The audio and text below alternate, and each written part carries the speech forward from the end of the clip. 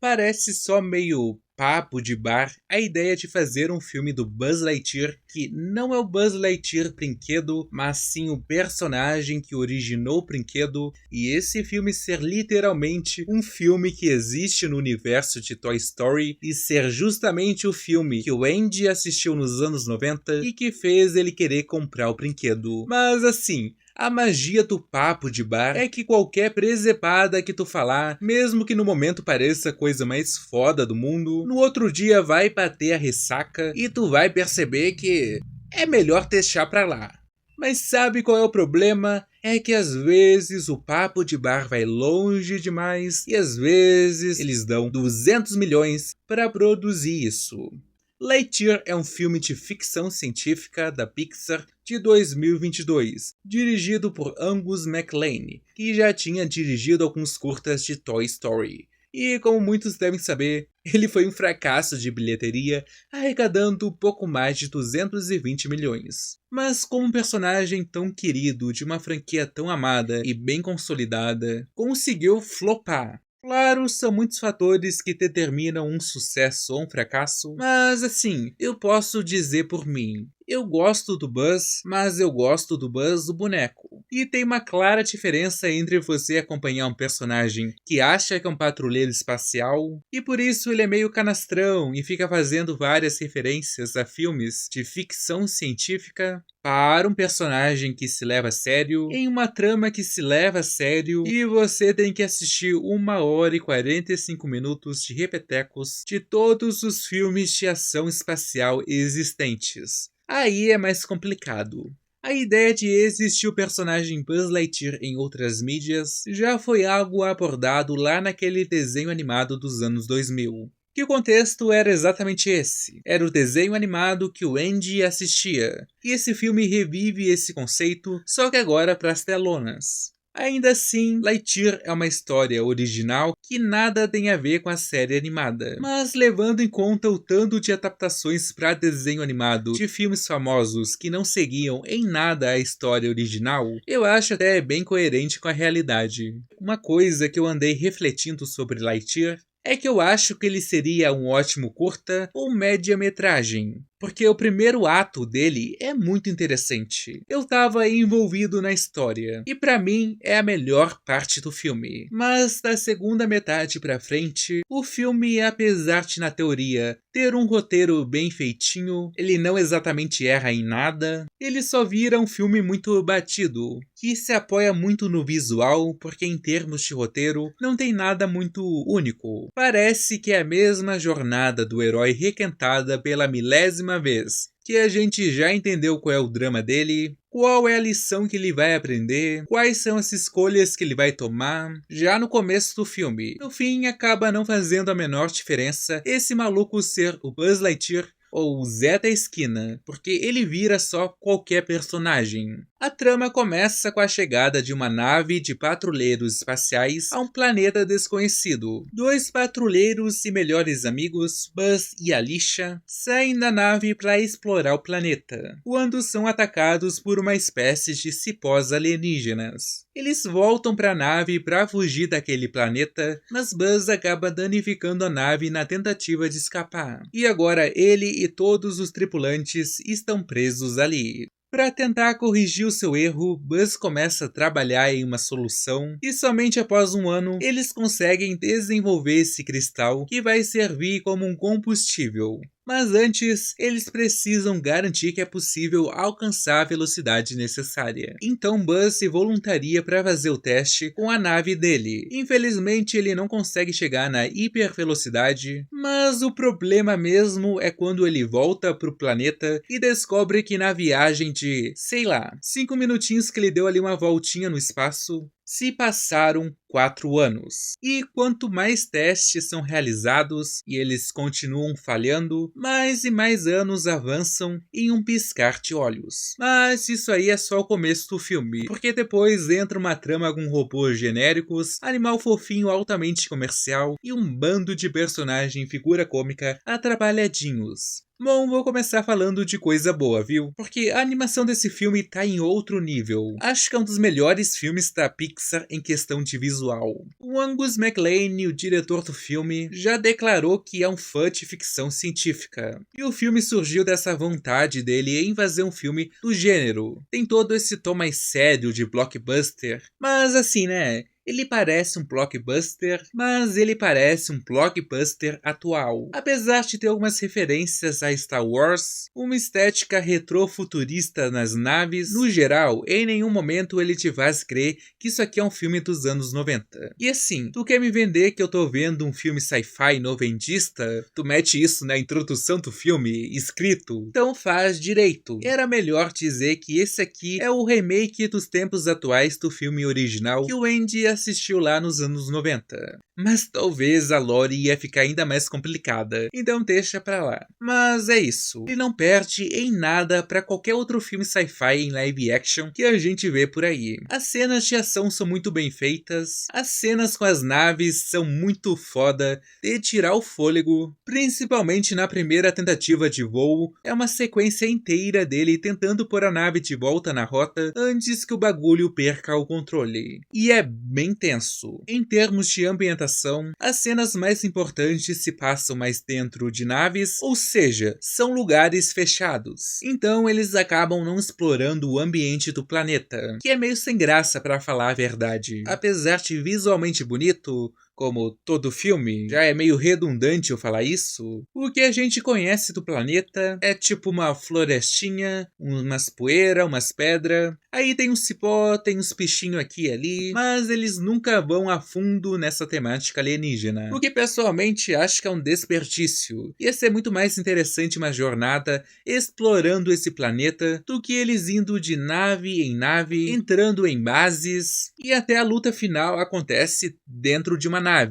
E é chato. Tipo, dá pra entender um filme live action fazer isso? Porque é bem mais fácil construir o interior de uma nave do que criar todo um planeta. Mas é aquilo, né? Tu é uma animação, né? Tu pode extrapolar um pouco mais. Eu falei bem do visual, das cenas, mas tem uns momentos que só reforçam como esse filme não consegue trazer nada de novo. Ele só parece um copia e cola de tudo que a gente já viu. Por exemplo, visualizem essa cena. Tem uma parte do filme que os personagens entram ali numa base e ela começa a desmoronar, partir no meio. Os personagens conseguem pular para uma parte firme, mas o Buzz fica para trás. Então ele começa a correr na direção da parte segura e é aquele momento de salto em câmera lenta. Cafona, muito cafona inclusive. E aí ele vai e não consegue alcançar, parece que ele vai cair e no último instante alguém pega na mão dele. Quantas vezes tu já viu essa cena? É só pegar qualquer filme de ação ou aventura chechelento que tem por aí que vai ter uma cena igualzinha. Se bobear, eles reproduziram quadro a quadro. É doido. Só me parece que esse filme é perfeito pra quem nunca assistiu um filme na vida. Ele vai achar tudo muito foda. Entrando um pouco na trama, eu acho que eu vou separar esse filme em duas partes aqui nessa resenha, porque tem o primeiro ato do filme que eu tava me amarrando e tem o restante do filme, que... bem, eu vou chegar lá. Então vamos começar do começo, vamos começar da parte boa. Fazer um filme do Buzz Lightyear é um desses spin-off que não tem muita amarra com a obra original. Porque é isso, é um filme do personagem que baseou o boneco, não é nem o mesmo cara. Tu pode fazer a trama sobre qualquer coisa. E até que eles fazem isso nesse começo, com toda a premissa do gap temporal. Cada vez que o Buzz volta pro planeta, ele descobre mais e mais mudanças naquele lugar, que antes era só uma moradia provisória, mas que com o passar dos anos começou a virar uma comunidade de fato. E como o tempo não passa da mesma forma pro Buzz, ele continua com aquela ideia de vazar daquele planeta. Isso tudo já é uma premissa muito interessante. Eu gosto como o filme mostra essas mudanças de forma visual através da personagem Alicia. Então na primeira vez que o Buzz volta, ela fala pra ele que ela conheceu alguém e agora ela tá noiva, o que é o primeiro choque do Buzz. Não tinha caído a ficha dele que ele tava fora por 4 anos. Aí depois, sempre que ele volta, tem alguma novidade. Ela tá grávida, o filho dela nasce, o filho dela cresce, ela vai envelhecendo e todas essas mudanças são evidenciadas com o mesmo plano, que é a personagem abrindo a porta do quarto dela, que fica na frente da do Buzz e sempre tem algo diferente, para exemplificar realmente essa passagem de tempo. E eu acho isso muito bom. Até o momento que o Buzz volta, ele entra na sala da Alicia e só encontra uma mensagem pré-gravada dela se despedindo dele. Porque ela morreu. Eu acho que esse é o auge emocional que o filme consegue chegar. Você sente ali o peso daquilo pro Buzz. Ele perdeu ali uma amiga, mas principalmente a culpa que ele leva. Esse drama é bem construído, mas infelizmente ele perde ali a força no decorrer do filme. A Alicia é uma ótima personagem, e o Buzz consegue ser um protagonista muito gostável, muito por causa dessa conexão entre eles. Então um levanta o outro na história. E quando ela sai da trama, o Buzz vira só um herói genericão e perde muito do carisma que estava sendo construído. Mas apesar de não ser uma prequela propriamente dita, ou seja, não é um filme de origem, não é nem o mesmo personagem, esse filme cai muito nos vícios de prequelas, que é essa necessidade de referenciar vários aspectos que ficaram famosos do personagem, mostrar a origem de elementos que ninguém perguntou. Então Buzz fica replicando as falas do Buzz boneco, ele fala a mesma frase que o Buzz fala lá no começo de Toy Story. Ele fica gravando a voz dele que nem um boneco e fica falando pro infinito e além. E aí no final eles criam um momento muito épico, como se fosse o auge do filme, que simplesmente o Buzz abre as asas. Sei lá, alguém tava aguardando esse momento, tipo, uou, ele abriu as asas. Eu não tô sendo sarcástico. Eu realmente queria saber se alguém tava empolgadão pra ele abrir as asas. Tava esperando esse momento. Porque quando aconteceu, eu só fiquei... Ah, é, né? Ele tinha isso. Sei lá, se ele do nada se vestisse de Senhora Marocas, aí sim eu levantava e aplaudia de pé. Mas, do contrário... Foda-se. Então, após a morte da Alicia, que comandava o lugar, quem assume o cargo dela é o comandante Burnside, que inclusive ele assume o lugar dela justamente no dia que o Buzz chega. Que o Buzz tá ali ouvindo a mensagem na sala vazia e do nada o cara chega mudando tudo, repaginando a sala. E eu fiquei pensando, ou rolou uma coincidência e a Alicia morreu tipo no dia anterior e realmente o comandante tá assumindo ali a sala agora? Ou o comandante é muito cuzão e esperou o Buzz voltar da viagem pra aí sim ele assumir a sala na frente dele, só pra ser mais dramático. O comandante avisa ao Buzz que os testes estão suspensos porque eles resolveram só ficar naquele planeta mesmo. Já formaram ali uma sociedade. O que faz sentido, né? Se passaram sei lá quantos anos nessa brincadeira aí. Mas claro que o Buzz não vai obedecer a regra e vai roubar ali a nave pra fazer uma última tentativa. Que vai ser justamente a tentativa que ele vai conseguir enfim atingir a velocidade necessária.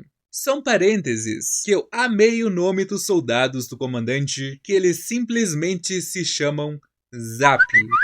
Eu só fiquei pensando, porra, tão mandando um trava-zap pegar o Buzz. E aí, depois dessa última volta, quando o Buzz chega ali no planeta, ele vê que o lugar tá bem diferente. A colônia tá com uma redoma, um campo de força cobrindo ela, e tem uma nave gigantona ali nos céus, e uns robozão sinistro andando por ali. E aí que começa essa segunda parte do filme, que é o Buzz se juntando ali com 3 panaca pra lutar contra um vilão genérico e aprender uma lição valiosa. Antes de falar desse povo todo, preciso falar dos Socks, que é o gatinho robô que a Alicia dá pro Buzz em um momento ali. Tu olha pro Socks e tu sabe que ele é uma armadilha capitalista. E o rato enfiou uma arma na cabeça da lâmpada e falou: "Oh, faz aí um personagem bonitinho e fofinho pra gente vender bonequinho no Disneyland." Uhum. E foi isso que aconteceu. Mas assim, eu realmente achei que eu ia achar ele mais insuportável do que eu achei. Na verdade, eu gostei do Socks. Eu acho que ele foi meu personagem favorito. Cara, Vamos combinar? O Buzz ele vira só uma porta e os outros personagens que entram são insuportáveis. Então, fazer o quê? Me sobrou o gatinho. Mas cara, sempre que o Buzz falava com o gato e começava a desabafar, eu só lembrava daquelas pessoas que ficam fazendo o chat GPT de psicólogo. Tá ligado? É muito isso. Mas assim, o Sox é a personificação do Deus Ex Machina. Eu falei que o roteiro é bem feito e tal, mas essa parte aí tem que forçar um pouco. Porque sempre que os personagens estão na merda, o Sox tem uma solução. Ele tem uma gama de habilidades que vira só meio meme. Ah, o Buzz foi pego no pulo. Tudo bem, o Sox joga ali um dardo e a pessoa cai dura. Ah, tem que abrir aqui a porta. Tudo bem, o gato hackeia o bagulho. Ah, tem que consertar aqui a nave. O Sox dá um jeito. Tipo, ele é um elemento que avança muito a história. E é isso, é meio a moda caralha. Ah, ele é robô. Robô faz tudo. Doidinho. Mas assim, velho, quando o Buzz se junta com os trapalhões, pra mim, desanda de vez. Eles apresentam primeiro a neta da Lixa, que serve ali pra explicar pro Buzz o que aconteceu nessa passagem de tempo. E aí ela leva ele pra conhecer esses outros personagens. Esses três são os Pateta. Eu não fiz questão de decorar o nome desses personagens, eu só sei que temos a neta da Lixa e ela tem essa vontade de ser patrulheira que nem a avó dela. Só que ela tem medo do espaço. E no momento que falam isso, tu já sabe que no final ela vai ter que andar no espaço. Porque esse filme é muito surpreendente. Tem a velha, que é uma ex-presidiária ali. Tem um rolê que ela não pode pegar em armas, mas depois ela pega e ela é muito boa, sei lá. Ai, tanto faz. Assim, pelo menos, ela não me irritou tanto, então tá ok. Mas tem esse mal aí. Esse homem não dá. Eu perco totalmente o controle só de lembrar desse personagem. Cara, era 2022. Já tava na hora de acabar com a instituição personagem atrapalhadinho. Já deu. O cara não pode encostar na parede que ele já faz merda. Ele prende as pessoas num bagulho, dá um trabalhão, e aí depois ficam passando a mão na cabeça dele. Ah, ele é doidinho assim mesmo. E aí quando o Buzz não dá moral, fala, pô, vacilou, né? Todo mundo olha pra ele como se ele tivesse falado um absurdo. Gente, eu tô do lado do Buzz. Eu acho que ele foi até muito educado. Quem que aguenta essa presepada? Eu mandava tomar no cu, tô nem aí. E aí, indo pro vilão do filme, que é o Zurg, quem assistiu Toy Story 2 conhece o personagem e lembra aquela clássica cena que ele revela que é o pai do Buzz. Só que aqui no filme eles mudam isso e revelam que o Zurg é na verdade o próprio Buzz, só que tinha um futuro alternativo ou algo do tipo, sei lá.